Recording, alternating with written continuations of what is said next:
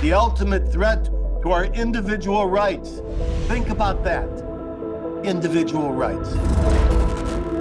We hold these truths to be self-evident, that all men are created equal, that they are endowed by their Creator with certain unalienable rights, that among these are life, liberty, and the pursuit of happiness, that to secure these rights, governments are instituted among men. Right now, there's a vast move afoot to subordinate our rights to central, social, and government controls. Do we stand a chance of retaining our individual freedoms? What rights do we have? And by what right do we even have rights? And now, The Edwin Black Show.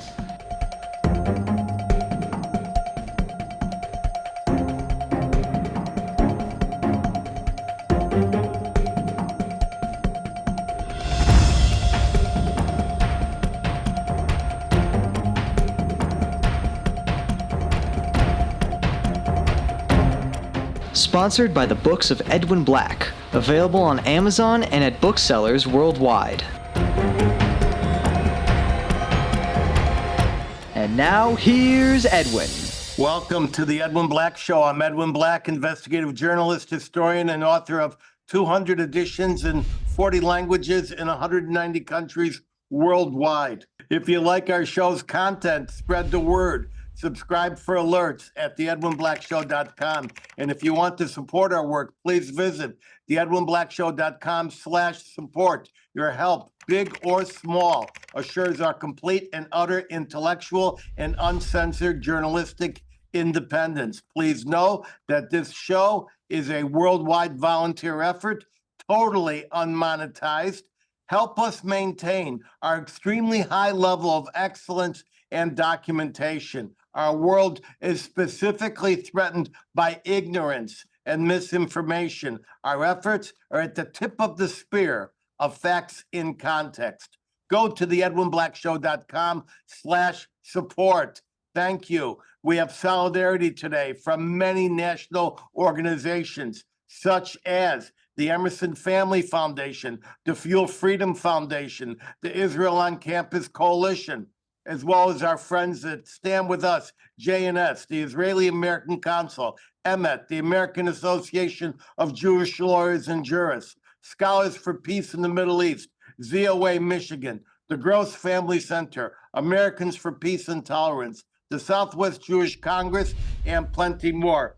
Thank you, everyone. That said, I only speak for myself and for history. The same goes for my guests. Today's episode is sponsored without any preconditions, requests, or stipulations by the just released Google Audiobooks edition of my international bestseller, IBM and the Holocaust. It was a long time in coming. Get it at edwinblack.com/books. It was done as part of a special Google Books project. This episode is also co-sponsored by members of the Jewish community of Encino, California, who care about enlightening our world, as well as the Fuel Freedom Foundation, which is looking for alternatives to a petroleum-dependent society, and the Israel on Campus Coalition, which is struggling to combat anti-Semitism at our colleges. What a job. Today, we welcome guests from across America, including our 4 watch parties in the Villages, Newton, Mass., Chicago, and Tampa Bay. Overseas, I see viewers logged on again from Australia, New Zealand, Japan, Holland, Sweden again, France, Italy, Spain, thank you very much, Germany, Hungary, Great Britain, Ireland, Canada, Mexico, India, and of course, Israel, plus other countries. If you have a question limited to today's topics, place one short sentence without preamble in Zoom's QA feature. The Edwin Black Show, along with our YouTube site, is global and fast growing, enjoying many tens of thousands of views. We speak frankly and without tremor to a fragmented world seeking better understanding of our tormented past, our present very, very tense, and a future still uncertain And remember, we will not be censored. By the way, stay tuned for my special word of wisdom at the very end of the show, just before I sign off. We'll get to our disturbing topic, central control, in a few minutes after some brief announcements, and then our reports from the week. Here are the announcements at the Edwin Black Show and our companion YouTube site. We have just released more compelling and hard-hitting episodes. The most important of these is our recent Turning Point episode declaring World War J. Jews in America and throughout the world are now in an existential struggle for their very lives. In addition, we have just released a vital 3-part edited series on artificial intelligence. Artificial intelligence will be seeping into every facet of our life, not in 5 years, but now, and the process has already started. Plus, a critical 2-part series on our free speech under fire, which will scare you just as much. View these now while you still can. Soon we will just be 1 to 2 months behind in releasing episodes, thanks to a superb team of spotters and editors and our valiant assistant producer, Virginia. My appearance tour continues. Next stop in a few days, it's a return to Mexico City for a powerful community-wide 4-event series sponsored by Yad Vashem and that country's Museum of Tolerance. In March, I deliver a presentation on AI and anti-Semitism at the Distinguished Holocaust Center of Ramapo College in New Jersey. And then I fly to Temple Sholom in Wheeling, West Virginia, with an associated event in Pittsburgh to address a tri-state gathering being bussed in and driven from Pennsylvania, West Virginia, and Eastern Ohio. In April, I keynote the Canadian Privacy Conference in Montreal, and then the Hillcrest Jewish Center in Queens. Get details of all my appearances from edwinblack.com/events, and let's meet up in your city. Stand tall, I'm coming your way. Finally, I remind my viewers of a terrible website you must know about, publishing the war crime documentation videos. It is Hamas-massacre.net. That is Hamas-massacre.net. This is the documentation we must confront, just as we did after the Holocaust. But this is a magnitude worse. These atrocities were not committed decades ago, but just a few months ago. Not hidden, but gleefully broadcast to a cheering Palestinian world. When Israel has finished with Hamas, there will be war crime trials in Jerusalem. The documentation on this website will be vital. Items from the week. I remind everyone that we are now in the midst of a World War J, that is the global war against the Jews in the Middle East, here at home in America, and roiling through the nations of the world. Now to the bad news. Streaming into my office every minute of every day, I select just a few. We start by focusing on the epicenters and incubators of Jew hatred in America, the college campus, of the scores of campuses where anti-Semitism thrives.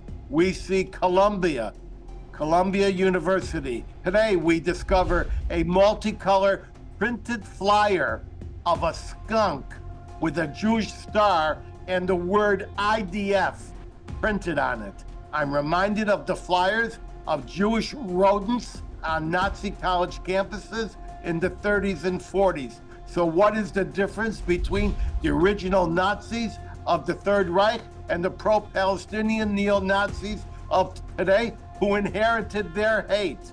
At the University of Michigan, the student body just now voted by a wide margin for a total boycott of and divestment from Israel. At the cesspool known as the University of Pennsylvania, a headwater of hate, faculty, get this, faculty blockaded a building and staged a die-in for Gaza and Hamas. Imagine how Jewish students feel. All that DEI phony baloney about microaggressions, pronoun sensitivities, racial equity, gender confusion among the LGBT class. Hey, How is it that Jew hatred and Israel hatred is an every hour occurrence at your universities? Everyone, listen here. That includes you, Steve. Pull back your donations. Transfer students out. Don't hire grads from Harvard and other hate schools where hate rules. And as a society, we need to completely rethink the gleaming status of academia and recognize the collegiate world for what it is and has been on too many campuses. Historic hotbeds of political racism, scientific racism, biased scholarship, and taxpayer-funded breeding grounds for the next generation of future Hitler henchmen. On the governmental scene, in sunny Palo Alto, in Silicon Valley, where bright minds shape our technology, at the Palo Alto City Council, a person rose to speak of the October 7th spree of rape and murder. And before she got another word out, the audience erupted in catcalls of Hamas denial, shouts that it never happened, and even young children in the hall were seen yelling, quote, "It never happened," a fraud they could have only picked up from their parents. The video is on this episode's show notes. Eve, make sure that happens. I have 10 more examples, but I don't have the time to detail them. Overseas, we see massive support for Hamas and anti-Semitic actions against Jewish and Israeli citizens. In the Johannesburg, South Africa City Council, a man rose to complain that a Jewish council member was wearing a small, tiny Jewish star on his tie and demanded an explanation. In London, we see Jews being beaten in public when overheard speaking a few words of Hebrew or Yiddish. Again, I have enough examples to fill a full hour, but we can't do it. American Jewry, listen here. Stop arguing about who's going into the boxcar first and who's going in second and third. The new Arab Nazis have infected the entire political process and turned it on its head. They have seized upon the Democratic Party as the instrument of their anti-Semitic plans.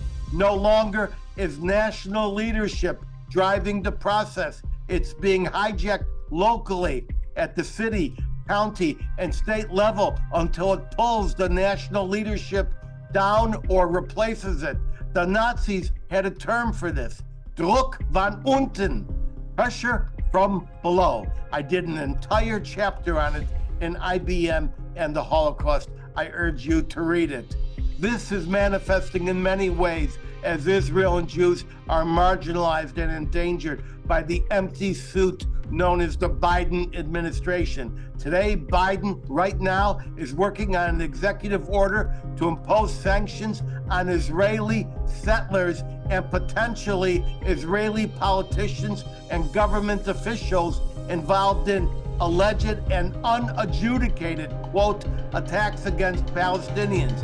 Meanwhile, the thousands of annual attacks by Palestinians ramming Jews with their cars, knifing Jews on the streets, and paying illegal salaries to terrorists, including the October 7th perpetrator, all that goes unaddressed. But the most significant manifestation of the dispossession of the Jews and the destruction of Israel now being planned by the swelling Nazified base of the Democratic Party is the rush to create and recognize a Palestinian state that is the so-called two-state solution. Secretary Blinken has ordered a formal State Department review to see how this can be done legally, since it would unwind and violate the Oslo Accords, which created a Palestinian Authority and formalized 3 areas of Israeli and Palestinian coexistence known as Area A, Area B, and Area C in the region now falsely called the West Bank. The kleptocracy known as the Palestinian Authority has already stated publicly that it is ready to turn over all governance to Hamas, which enjoys almost 100% support throughout the West Bank. Hamas, for its part, has already promised in public video statements that if it did accept the two-state solution, it would be just a farcical acceptance, which they would repudiate in a few years and then finish the job with more October 7th style onslaughts. The Democrats are working overtime to reward Hamas's genocidal attack with a sovereign state, thus achieving, for the first time in history, that the democracies and the killers team up to create a sovereign state. Many Democrats are trying to resist the Nazi takeover with words and symbolic resolutions, but we note that a resolution creating a Palestinian state has already been endorsed by all but two elected Democrats, Joe Manchin and John Fetterman. Yeah, Fetterman, the Senate Democrat with the largest newly grown brain in Washington. Good for you, Fetterman. In a recent vote to bar identified Hamas terrorists from immigration benefits, that is H.R. 6679, which is also called the, quote, No Immigration Benefits for Hamas Terrorists Act, two Nazi Democrats actually voted against the legislation. They are Representative Cori Bush and Rashida Tlaib. On the other hand, Ilhan Omar was just videoed admitting that she is actually functioning in America's Congress as the voice and representative of Somalia. Ladies and gentlemen of the jury, for the Democratic Party leadership and the Biden administration, this is not about a Palestinian state, but about a Michigan state.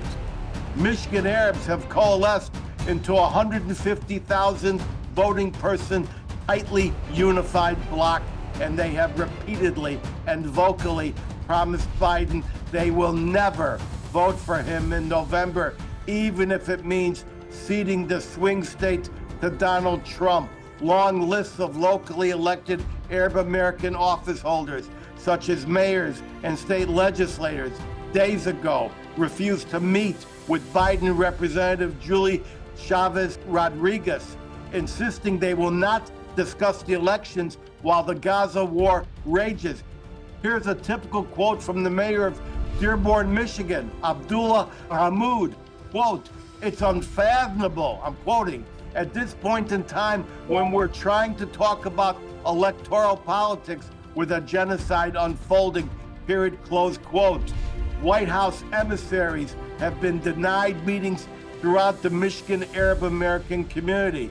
Trump beat, remember this? Trump beat Hillary by just 11,000 votes in Michigan. The Arab bloc is now 150,000 votes. A rally was just held at a Dearborn high school, co-organized by the two Arab American newspapers and the so-called Abandon Biden movement, which has its own logo and calls him Genocide Joe. Biden needs to deliver something major to stop the Stop Biden movement. The plan now is to recognize a Palestinian state, arm it, finance it, pay for a global population transfer, de-recognize Israel, and then watch the next and perhaps final war against the Jews to break out. And after leaving out 99.99% of everything I wanted to say, I now get to my monologue on the ultimate danger, central control. And now, for today's scary topic, the threat of central control, the ultimate threat to our individual rights. Think about that. Right now, there's a vast move afoot to subordinate our rights to central, social, and government controls. Do we stand a chance of retaining our individual freedoms? What rights do we have, and by what right do we even have rights? Throughout history, since its earliest tribal impulses, the organization of societies has inculcated a central control of the individual members of society. Indeed, societies have defined themselves by their collective nature, which pivots upon a central code of behaviors. Every king, pharaoh, and regal master granted himself to control, the right to control the actions, enjoyments, and even the expressions of his or her subjects. The very concept of law from the ancient code of Hammurabi standardized it and gave sanction to the behaviors of merchants, officials, and eventually weights and measures. While commercial codes were highly specific, social codes were lax. Generally, subjects were only obligated to pay tax and show class deference. All that's gone. The advent of modern religion, especially monotheistic religion, replaced a monarch with a deity as compelling behavior. But it was precisely the democracy born in the desert under the guidance of Moses that personal rights were laid out in an absolute code of conduct. Hence, when we read the Ten Commandments inscribed by Moses, functioning as the finger of God, you remember that, we see the thought that you shall honor thy father and mother as a right of entitlement to the parents. Thou shalt not covet anything of thy neighbors, establishes the right of every person to possess property. Thou shalt not murder is an expression of the sanctity of individual life. That said, the Jewish system created in the desert also set up a just society with each person responsible for his or her role in ensuring the justice of that society. When God delivered manna from heaven to feed the starving Israelites, it was laid out without favor. Exodus 16:21 and thereabouts tells us manna from heaven was to be gathered by each family without any hoarding. Quote, each to his needs, unquote. This is often described as approximately 3.7 quarts according to biblical measurements, but more when needed. Hence, Jewish law mandated the sanctity both of individual rights and societal duties to ensure justice and righteousness. The next step in ensuring individual rights was the birth of a true democracy, not a proto-democracy as practiced by the Greeks or Romans, but a true democracy as conceived by our founders. Now, I don't need 10 text messages to remind me that our American democracy was created to ensure individual rights, even though not all humans were thought to be entitled to those individual rights. Still, we created the Bill of Rights because the essence of the American democracy was that all men are created equal, even if in our stupidity we've falsely measured 388,000 in this country as 3/5 of a person, a process which took more than a century to begin to rectify. In its earliest days, America itself became a frontier society where people who wanted more freedom or the right to be left alone could always relocate to a western frontier. But by the middle of the 19th century, as railroads laced up the continent and our westward movement linked crowded and remote areas together, society's grip on its individuals strengthened. From the 1600s, the rights of the individual were associated with being separate and self-governing, not anarchistic or lawless, but self-governing in everyday activities. The first mention of the actual term individualism seems to be not as a right, but as a wrong. Utopians of the Owens movement in the 1830s pushed for collectivism and held those who chose personal activities and separate and independent living as, quote, individualists. But this negative connotation was replaced with a positive one when the great thinkers of that era praised individual aspirations and freedoms. It was Herbert Hoover in the 1930s who first added the term rugged to individualism, calling for rugged individualism to fend for themselves. But 2 world wars made it impossible for individuals to live separately and also part of society. In 1920, America began changing to an urbanized nation where people lived within a few yards of each other, not just a few miles. More controls were needed, and as they were needed, the powerful began to corrupt their power over behaviors using laws and procedures. The Bolsheviks called for a central committee to control all actions with a party member planted in every part of society to report behaviors and enforce conduct rules, including what we could see and read and verbalize. Hitler did the same thing when he seized power in 1933, installing commissars, that is commissioners, in every newspaper, company, bank, community, and military unit, plus Gauleiters, that is neighborhood stooges, to spy, report, and cause punishment for those who were disobedient. The first attempt to regulate social conduct in the United States was prohibition, and it failed miserably because it lacked enforcement and, most importantly, it lacked popularity. But the trend of government control has continued with enormous and gripping success. Today, we have formal censorship boards in film and secret ones in YouTube and Facebook. Saying or typing the wrong thing, if it is true, can get you silenced, technologically exiled, and no matter how hard you shout your thoughts, no one may hear you if you are shadow banned. New pharaohs have been created, not in the valley of the kings in Egypt, but in the machinations of Wall Street and the server rooms of Silicon Valley.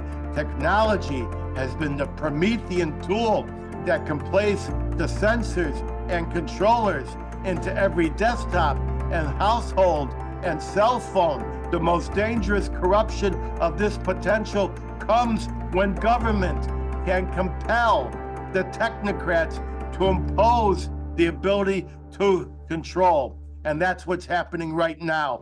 Biden's Infrastructure Act has a little notice provision obligating all car manufacturers, not just EV makers like Tesla, all car makers, to install software to take control of a vehicle in the event of drunk driving and who knows what else. Tesla right now uses central control to stop cars mid-street when drivers dispute payment increases. A California legislator has just offered a bill to install software to prevent all cars from exceeding 10 miles per hour over the speed limit. Climate control crazies such as Greta Thunberg are pushing to enforce green transactions only. Check your Google Maps, everyone, and your Amex transactions, and you will see small green leaves on those transactions. And many fear that climate control measures or social enforcements may stop or regulate what you may buy and when you may buy it. Can you purchase liquor after 11 p.m. or on Sunday? Can you do so this month or next month? Which roads can you use in your controlled car? And of course, whether you can drive at all. What can you see? What can you say? What can you think? 1984 is not just a book written in the last century. It is a threat looming in the present day and in the coming years of the current decade. The Chinese have already made an art form of its social credit program, enforcing who can join clubs, get jobs, and even board buses through its vast system of Skynet cameras equipped with facial recognition matched to endless surveillance of conduct and internet and social activity. And of course, its invasive household checks. This system that the Chinese turned into an art form is now racing to our shores as politicians, bureaucrats, and big business team up to create agencies, laws, and procedures for punishing dissenting views and not conforming to collective overthought. At least a dozen new FBI and State Department agencies have been created in the past few years to both monitor and control ordinary speech and conduct. These American agencies are now coordinating fully with international agencies and UN bodies to further invade our rights and control our actions. Our coming cashless society will accelerate that sadness with impunity. The Bible anticipated this when it said, "Beware of the mark," that would regulate who could buy, sell, and trade, and that number will be 666. Biblical scholars almost evenly disagree whether the mark of the beast shall be the mark of some cinematic devil or a political metaphor for government controls? Or is it all one and the same? Ponder that, but do so quietly. They used to say that even the walls have ears. Now it is more accurate to say and warn even the machines have ears. To further frighten you, I have our best political commentator, Democratic strategist Josh Block. But first, I give you a man uniquely suited to opine, a forensic computer scientist and social analyst. I give you Bob Zeidman in Las Vegas. Take the camera, Bob, while you still have permission. Hi, Edwin. Thank you for having me on your show. So I'm going to talk about central control and specifically artificial intelligence, AI and central control.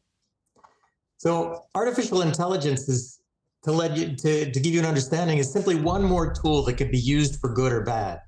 It's not going to decide to take over the world and wipe out mankind, despite what you might be hearing in the movies and some articles and pundits. It's the people who use it, who use AI, that can cause havoc. For example, all new technology has potential for good and evil. Airplanes, rockets, nuclear fission, lasers, they all have great benefits for mankind, but they also have potential evil uses. So right now, the government is demanding more and more control over what we do, led by people who think they know better than us what's good for us. AI is simply the latest and perhaps most efficient tool for that control. For example, the current presidential administration is banning gas stoves, allegedly to protect us from climate change and for our own safety because they create dangerous smoke, which they claim is a respiratory danger. Incidentally, at the same time, state governments are legalizing marijuana while the federal government looks the other way, as if that's not a respiratory danger. And as you mentioned, California is proposing a bill that forces car manufacturers to limit the speeds of their cars. The European Union already requires this. But why take away control from the driver of the car? What about emergencies where you need to speed up to avoid an accident, to avoid a dangerous situation, to get away from carjacking, to get away from someone who's tailgating you? But the government doesn't take that into account. The government wants to control what we do in our cars. In 2012, I published a novel called Good Intentions about a future nanny state gone berserk. I took government control of our lives to a ridiculous and funny extreme to point out the hazards. And yet, only a decade later, many of these ridiculous rules are now in place. My book cover, for example, is plastered with silly warning labels like, "Warning, this book is not edible." Yet now every drug commercial on TV has warnings, including, "Do not take this drug if you are allergic to this drug." More serious were my descriptions of men being called women, and illegal immigrants having more rights and protections than legal immigrants and citizens. These absurd things are now reality, with punishments for those who don't obey. In 2020, the Democrats and liberal media latched onto something called Hamilton 68, a computer system that could allegedly identify Russian misinformation bots on social media. Any information that supported Donald Trump in the presidential election was labeled as Russian misinformation and suppressed. After Elon Musk bought Twitter, he allowed investigative reporter Matt Taibbi to examine the Twitter files, and Taibbi determined that the flagged posts were often simply Trump supporters, not Russian spies. Taibbi also exposed the Biden administration pressuring tech companies to remove any posts the government disagreed with. This goes against the basic American principle of free speech. But let me end with a different kind of warning. Many people admire Elon Musk. He's a successful entrepreneur who seems to promote traditional American values. But Musk actually promotes self-serving values, as I've written about extensively. Government subsidies built all of his companies. Electric cars may be a great value or a not so great value, but Musk and Tesla have made a large number of misrepresentations, so we need to be careful. Right now, Musk has opened up one social media platform, Twitter, to free speech and is pushing back against criticism. So that's good. But he has also censored people on Twitter like Matt Taibbi when he criticized Musk. Dictators are bad. Even a so-called benevolent dictator sets a very bad precedent that is difficult to undo. We don't want censors on the left or the right, or by the government. We need a free flow of all ideas, even the ones we think are bad.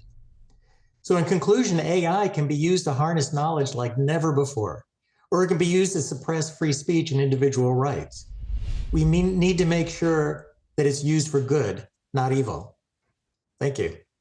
Well, Bob, I really enjoyed your presentation, and I know that you have a vast background as a forensic computer expert, and you are called upon in many cases. And you also just published the story of how you successfully sued the Pillow Man.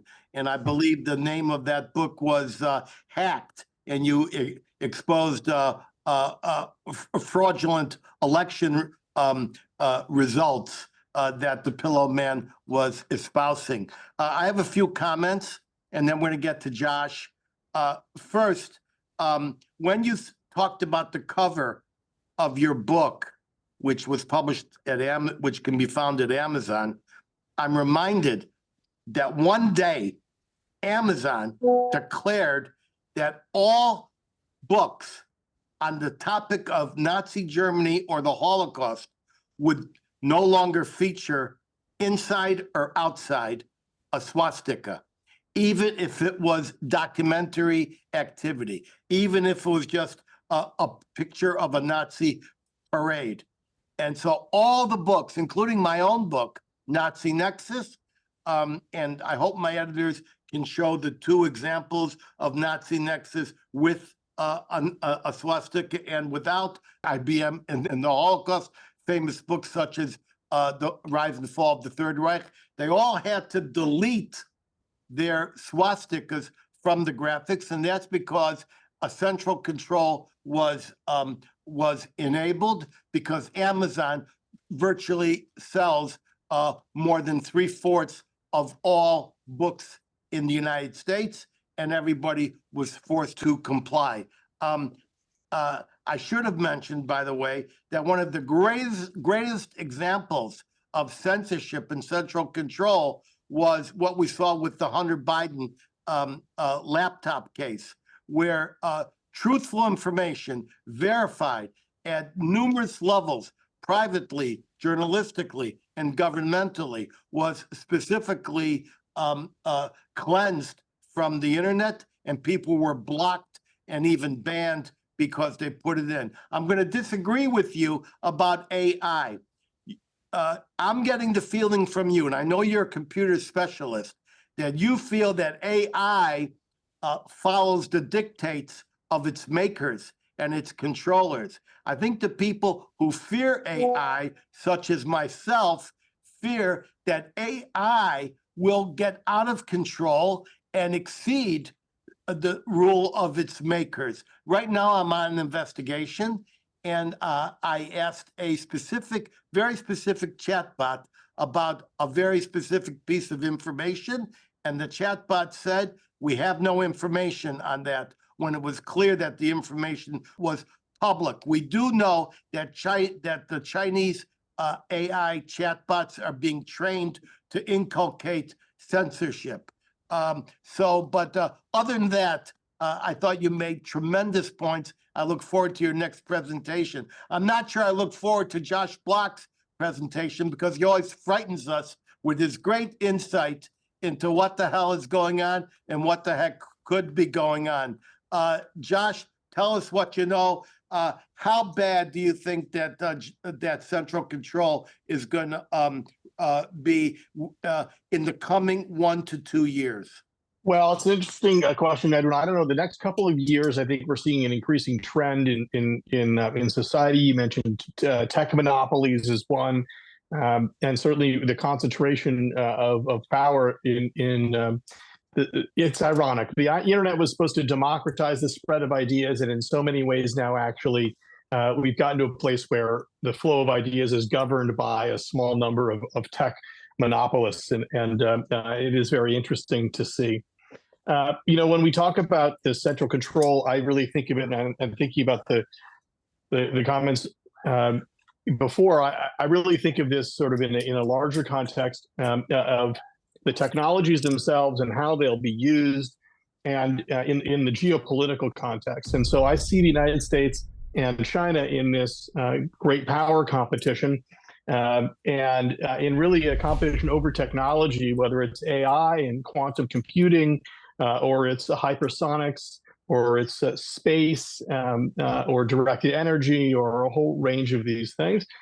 And the race to control these technologies is really a race to control and decide who will make the rules in the next 50, 70, 100 years about what's, about what we can say, how we can express ourselves, what freedom of expression is, what commerce is, what all these things are. Of course, because as you control quantum computing, you control breakable codes and unbreakable codes.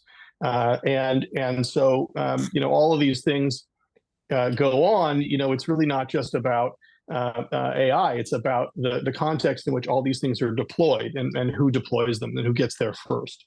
And so I think of the command and control thing both about the central control, about the concentration of power, but also as a contest between the command economy of China and the free market of the United States, which is, I think, what we're seeing. And one of the interesting things that you've heard from the Biden administration in the last couple of years, particularly as it involves economic planning around gas prices. When gas prices were high, they were going to the gas companies and pushing them to say, you've record profits, bring the prices down, the refiners and others. And in fact, that really wasn't related to economics. It was related to it was related to politics, and so many folks who are economists were asking Lael Brainerd and other Biden administration officials why we were moving to central control of our economy, managed control of our economy when we're a free market economy. And so I think the questions that we're asking about central control are both at this kind of command level. If we can't go, we need the strength of a free market economy and the genius of our ideas and our inventing culture, and to work with others who are creative in that space, like those in Israel, who are, you see the dynamism that happens there, so that we can win the race for these great power technologies. Because China has the advantage of being able to direct its economy and spend its money in ways that it wants on some of these tools, whether it's space, and they're launching, the equivalent of our largest rocket once a day. We launch 4 or 5 a year, or it's the capacity to have 150,000 people, working on penetrating American cybersecurity networks 24 hours a day. We just heard the FBI director testify in front of Congress about folks in China, the Chinese government working to create mayhem and disrupt the lives of Americans, to cripple America.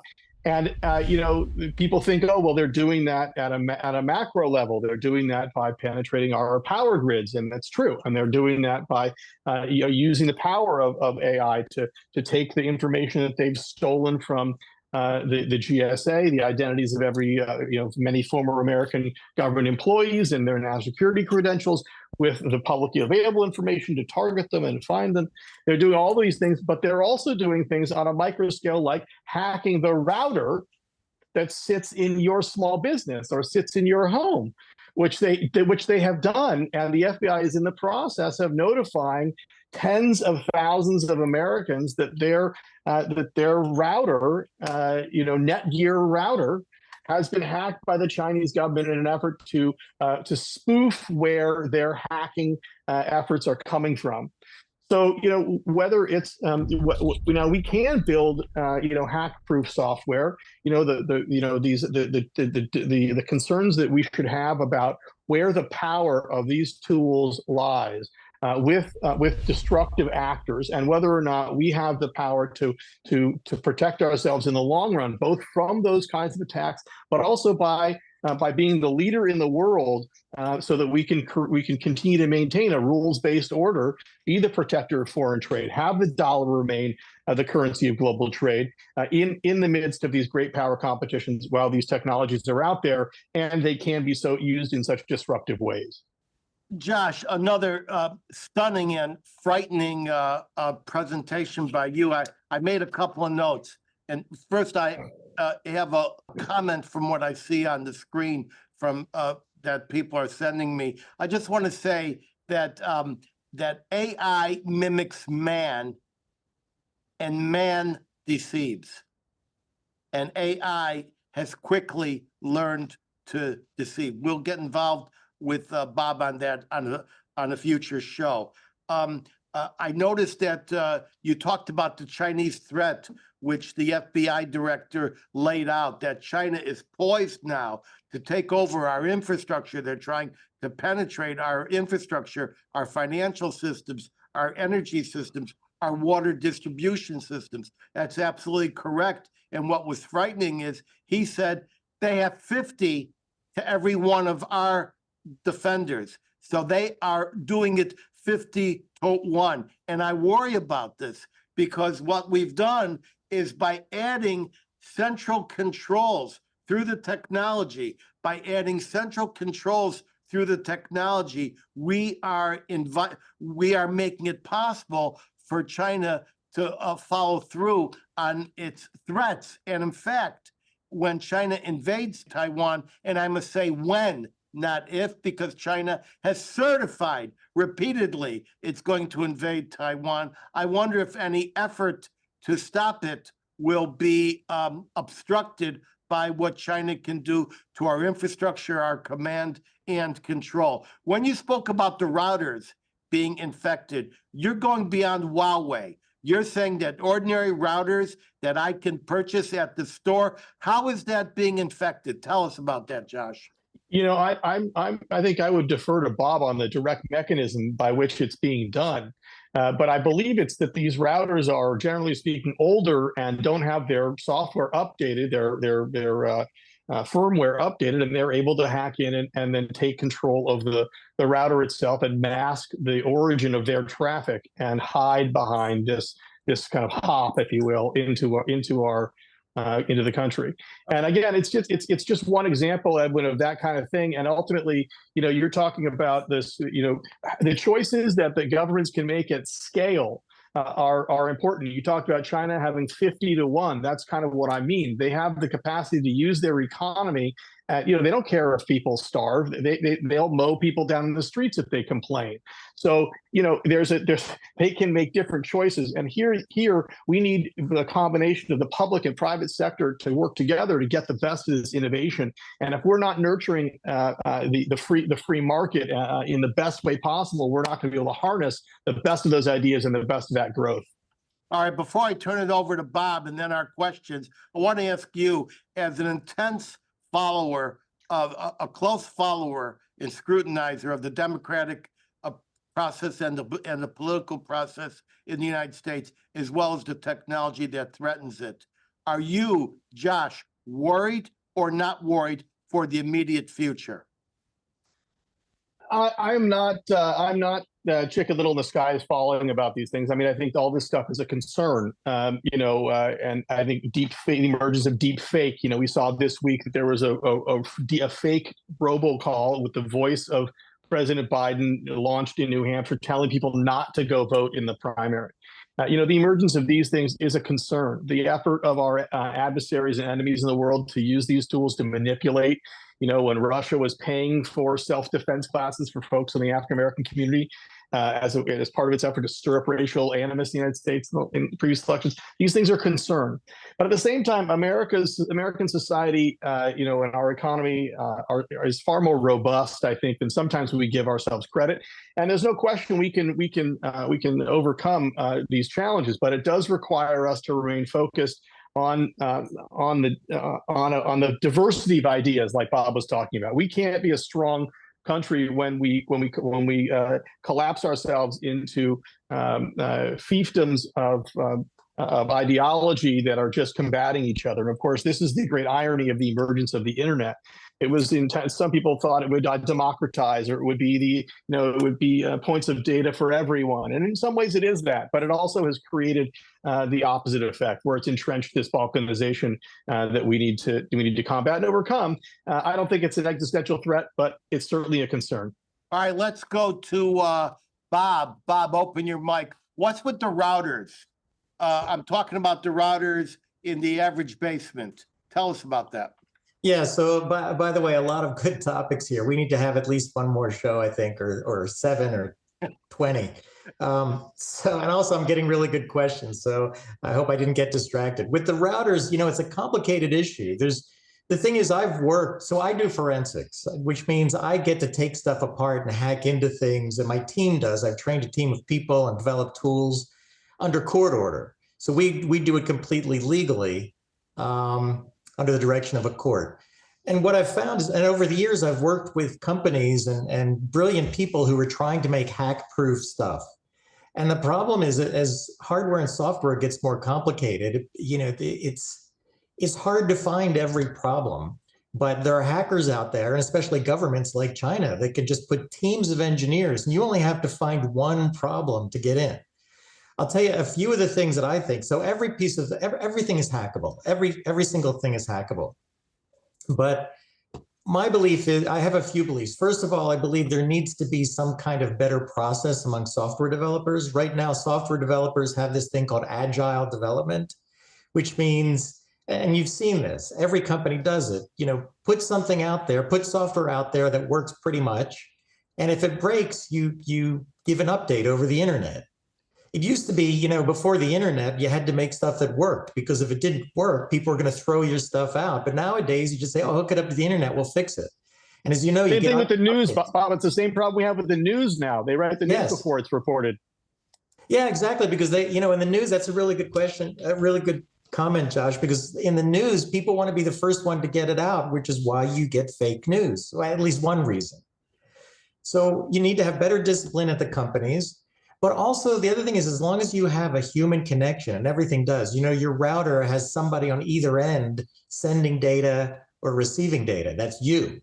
And, no matter how secure you make it, somebody can get your password because you leave it. In fact, I have some techniques of getting passwords that I'm not going to state in public, but there are some easy ways of getting most people's passwords.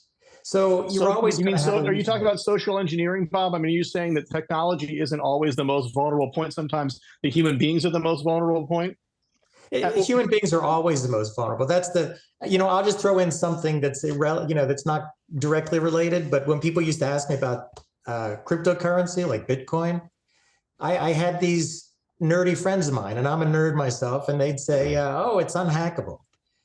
And that's absolutely not true. That's the worst thing you can say, because everything that has a human point of contact is hackable. Because if you can't hack into the technology, you can hack into the person. Again, social. And Bob, didn't it turn out that Bitcoin actually in the blockchain is the most revealing, transaction record in the world? So rather than being anonymous, every transaction is actually completely identifiable. Right. But people would say that, well, it's identifiable, but you can't modify it. There were all these kind of weird things, and then people would be able to modify it. So they say, oh, we fixed that. Once somebody tells you, oh, there was a bug, but we fixed it, they're wrong. All right. Well, listen. What about, can I ask Bob a question? I'm sorry, Edwin, can I ask something? Bob, what about deep packet inspection?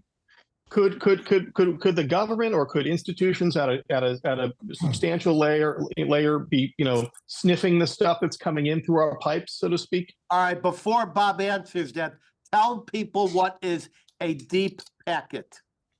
Well, deep packet inspection. Bob, why don't you answer the question? Well, I think you're talking about getting into the actual contents of a packet. This actually came up, it's in my book, Election Hacks, which is about how I proved Mike Lindell wrong, because they claimed that somehow they had hacked into not only the voting machine packets on the internet, but the contents. It's very, very hard. But here's something that's been going on for years in the academic community. Academics put all this effort into encrypting packets, but they believe that the government knows how to uncrypt them, decrypt them. Packets are little bubbles of information, right? They're sent through the internet. Information is divided into tiny little bunches. Each one is encrypted in its own way. They're sent separately. And the theory would be then, right, Bob, you can't reassemble them so easily to know what's there, right? And I should also add that a system sends a packet. It says, I'm sending a packet, and then it wants to know the packet was properly received on the other side before the transaction is finalized. All right, let's. Well, and this is why, but this is important, I think, because ultimately, how do we protect ourselves? And I think the question, Bob, is, our paranoia of the government, of central control in some ways, is preventing us from implementing, from what I understand, large-scale, deep packet inspection at a fundamental level. Wouldn't that, we have to be able to see what's really inside these things so we can weed out the bad code. Isn't that right? Well, there's a lot of complex issues here, I believe. There's can the government get into that as it is? I don't believe they can. Maybe in 10 years, but in 10 years, the encryption technology will change. Do we want them in there for security reasons? We want to be able to break into people. We want the government to be able to break into terrorist phones and communications, but not, the ordinary citizen. So, wow, there's a huge number of complexities there. But I can tell you, what I can tell you for sure is Mike Lindell didn't do it. So. Listen, we're going to have another show or two on this, because one of our problems is we bring up tremendously interesting and complex topics, and I only have 1 hour, or actually it turns out to be 90 minutes. We're going to go to our questions from the watch party in the villages. Which party seeks central control more, the Democrats or the Republicans? I'll ask Josh, give us a quick answer. I think that the traditional and evident answer is that the Democratic Party likes and believes more strongly in the general philosophy of government, Cameron's role in more things. That being said, there are exceptions to that rule, and the Republican Party also has an interest in the growth of the military-industrial complex and other things that the Democrats don't support as strongly. But I would say it probably leans to that side. Bob, 30 seconds. Yeah, I agree with Josh, but I think, one lesson from my book and my experience is you still have to be suspicious of all parties. All right, that's a good response. Let's go to a comment here given by Wes on the West Coast. Normally he jumps on me, but now he's jumping on you. It says it has been shown that AI learns how to lie and deceive its users. Its developers know not how or why this happens, yet you, Bob, say the danger is not in AI, but its use. How do you reconcile this? Give me 30 seconds. It's a great question. There's a lot of issues here, but what I would say, first of all, we need to teach people, our kids especially, but adults too, critical thinking.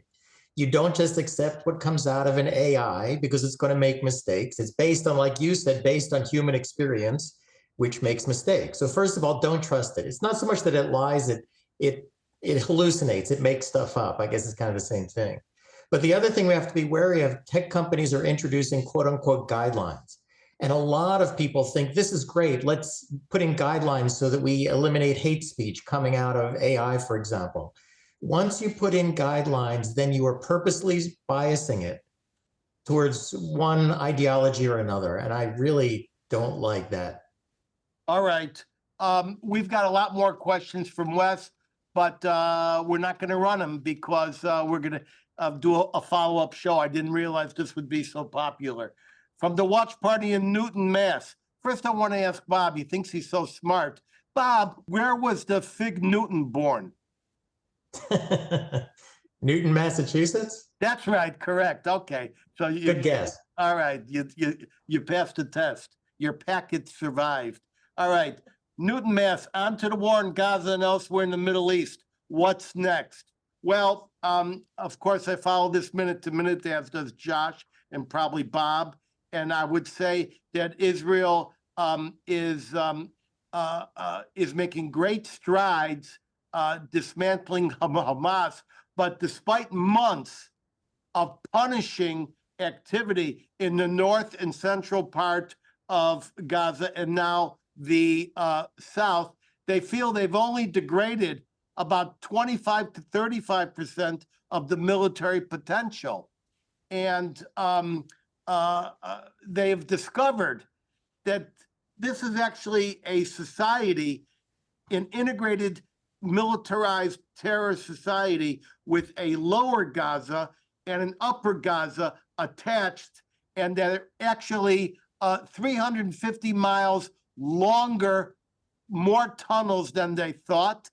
And they're believing there are more tunnels in this tiny area of Gaza, about twice to 3 times as much as the London underground and most subway systems. So as to what's coming next, I think that Israel is just already informed much of its population to be prepared for a power interruption, for food interruption, and it's getting ready for a ground incursion into Lebanon. It gave Lebanon a date certain to move past the Litani River. That did not occur. So the next dimension of this is going to be in Lebanon. The United States is getting ready to unleash a lot of fury into Syria. And then, of course, the ultimate will have to occur when Israel does what it has to do in Iran. Josh, real quick, what do you know?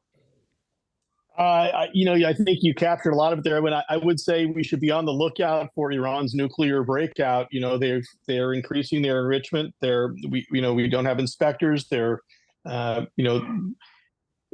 The reason the administration has been so cautious in responding to their killing of American troops in the region this last week is because they don't want to inflame the Iranians, so to speak. So you can see that it's sort of a deterrent already working, and they don't even have a bomb yet. So it's a real concern that the administration has let the problem in the region get this far. The question is, what will they do? Now, Josh, you are one of those with extreme expertise in this area. Is Iran producing 5 bombs for the Ahmed project, or is it now 6 bombs, which would be 1 for a test? And do you believe that they'll make a test? Well, again, I think that the Iranians are. It depends, Edwin, on whether they think they need to or not. They can bluff the world and tell them that they have a bomb without doing the test. They could also just do a detonation test. I think they're likely to not do the test and just make the threats. All right. Do you think that they actually are going to follow through and try to hit Israel? No, I don't think necessarily that their first move is to destroy Israel. I think it would be to bomb the Saudi oil fields. Bomb the Saudi oil fields. You're talking about with conventional bombs?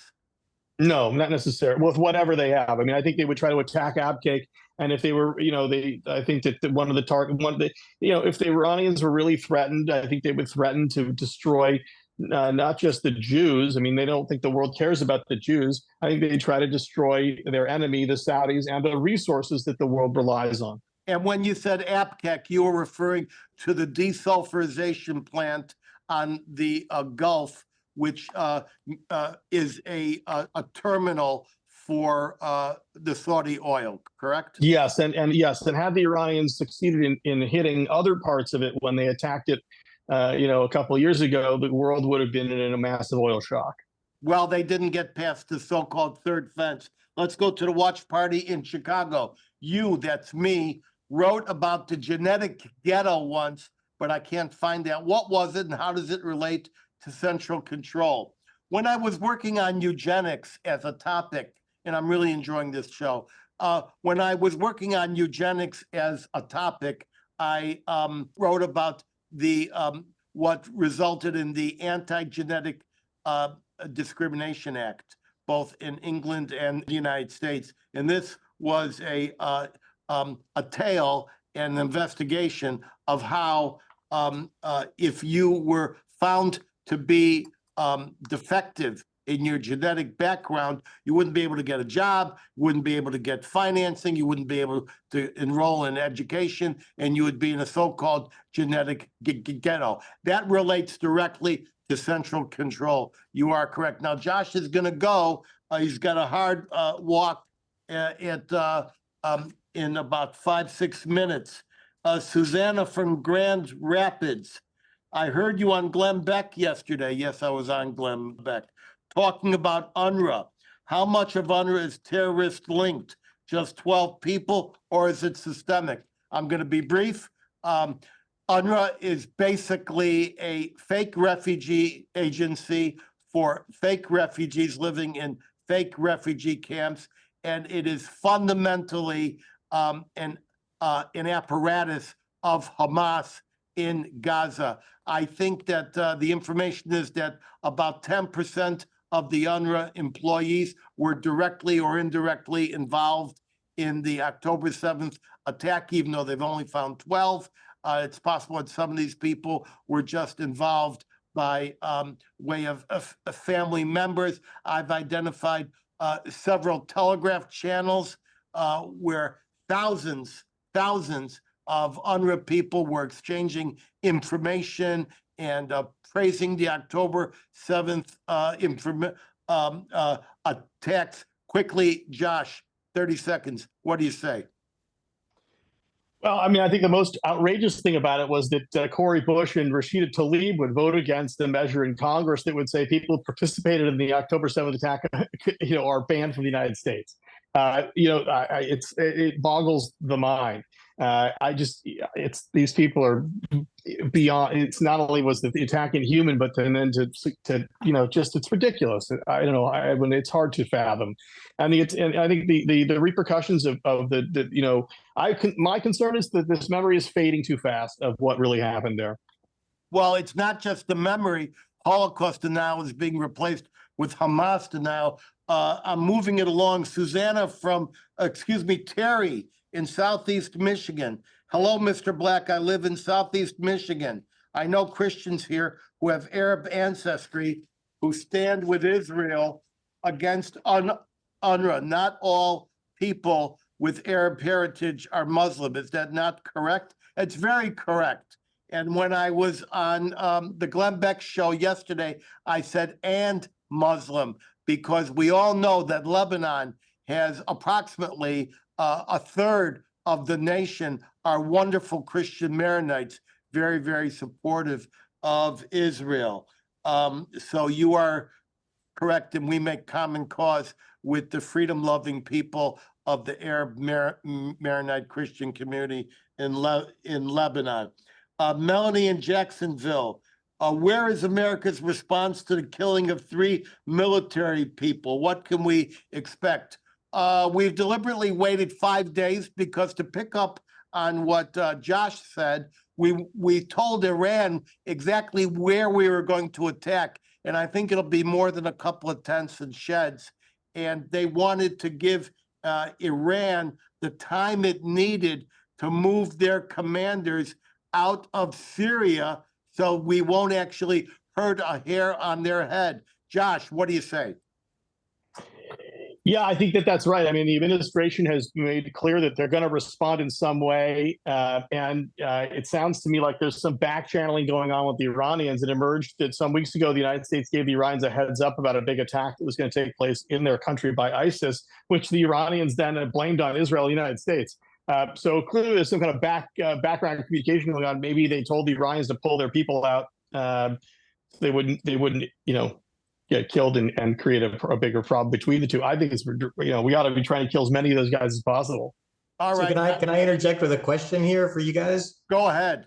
Yeah, it seems to me that this is the perfect time to bomb Iran's oil production facilities. It's great because, first of all, the world's distracted by what Israel's doing in Gaza. Plus, the Europeans, despite all the protests, the Europeans and most of the world are upset about what the Houthis are doing. And the Arab world is frightened of Iran. And I think that this would be a great time to do that. What do you guys think? Well, I think that's absolutely correct. Unfortunately, I don't have time to tell you why it's correct.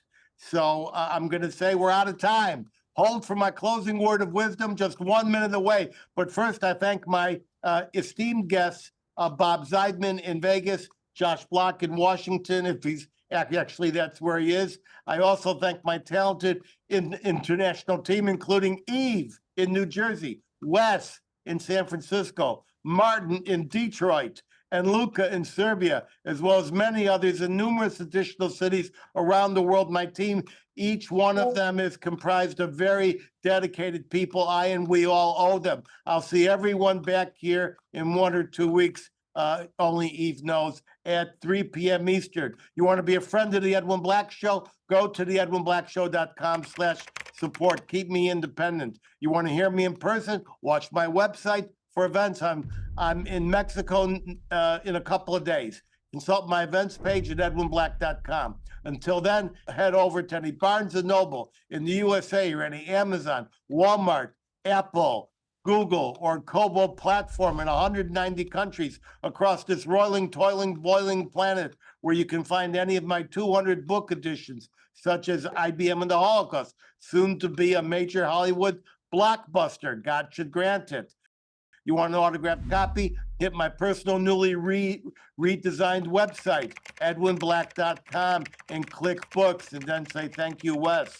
Get access to participate live in future shows at theedwinblackshow.com. You'll see a much enhanced and exquisitely produced version of this show and prior episodes by subscribing to our YouTube channel at The Edwin Black Show and click the notification button like thousands of others. You will love them. We put new ones up each week, produced by my bold international crew. Follow me at Edwin Black Book on X as well as Facebook. Remember, today's episode was sponsored without any preconditions or stipulation by the Google Books, the Google Audio Books version of IBM and the Holocaust.